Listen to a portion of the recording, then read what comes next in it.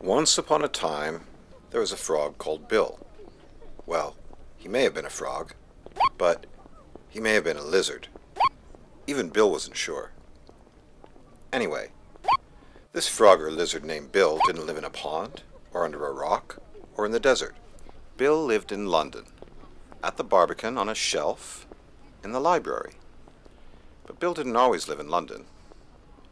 Bill came from a galaxy far, far away. And on Bill's planet, sound traveled in waves like on Earth. But Bill could ride any wave for all it was worth. When he traveled on sound waves, Bill went fast and went far. Far faster than deer, or a very fast car. He could travel on sound waves right back to their source. For him, it was easy, a matter of course. Faster than birds, buses, trains, even planes. Bill would travel on sound waves again and again.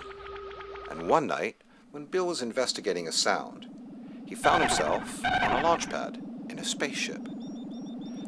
And the last sound he heard on his home planet was 3, 2, 1, liftoff.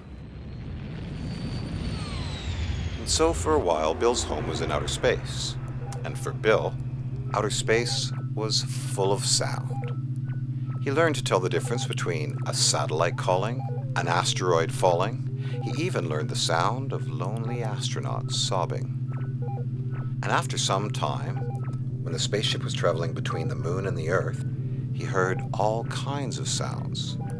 He heard music, he heard laughter, and very soon after, he found himself landing on Earth with a splash. And so from that day, Bill the frog, or lizard, made his home at the Barbican in the library. In the daytime, he would explore the sights and sounds of London. And at nighttime, he would sit on his shelf and listen to music. Bill loved music, and he would investigate whatever he heard like a detective searching for clues. Was it somebody singing, a sax, or a drum? What instruments were they and where were they from? And so, with time and practice, Bill became a very good music detective.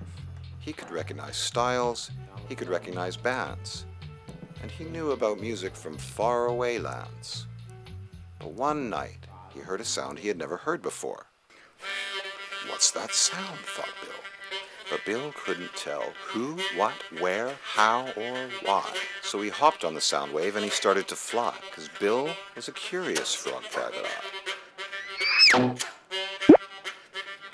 What's that sound, said our Bill, who knew just what to do. Is it a bagpipe or something quite new? And anyway, just who on earth are you? My name's Will Pound. I play the harmonica. Small one there. Played in lots of blues music.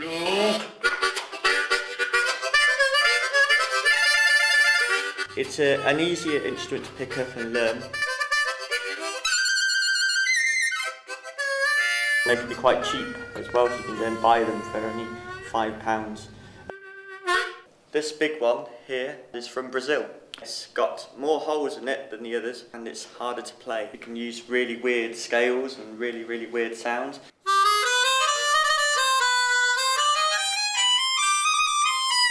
I'm going to play some Irish music.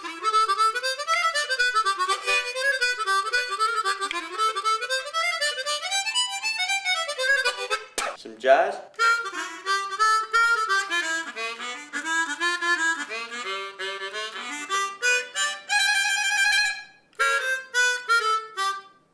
My friend Dan plays the wonderful instrument that is the banjo.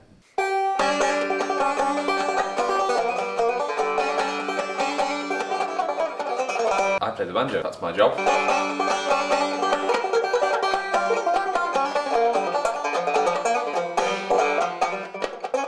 And this is the 5-string banjo, originally an African instrument. This is a resonator on the back of the banjo. A lot of the sound comes out of these holes here.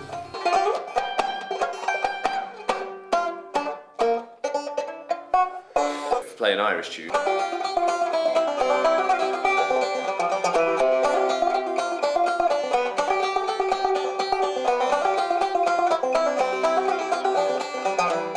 The style of 5-string banjo that I play is claw hammer style, so my hand like a claw. My thumb, as it moves down, it often tends to hit the skin just there, so you go. And then I play with the back of my nail, that one there, and that strikes down on the string. So if you take this melody, and the chords for it, and what we do with claw hammer is we can put them together, so it sounds like this.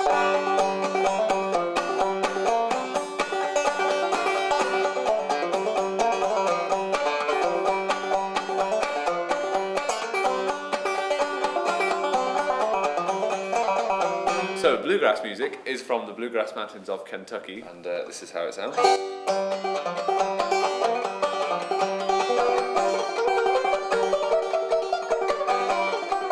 I like bluegrass because it tends to tell quite sad stories, but it sounds really cheerful.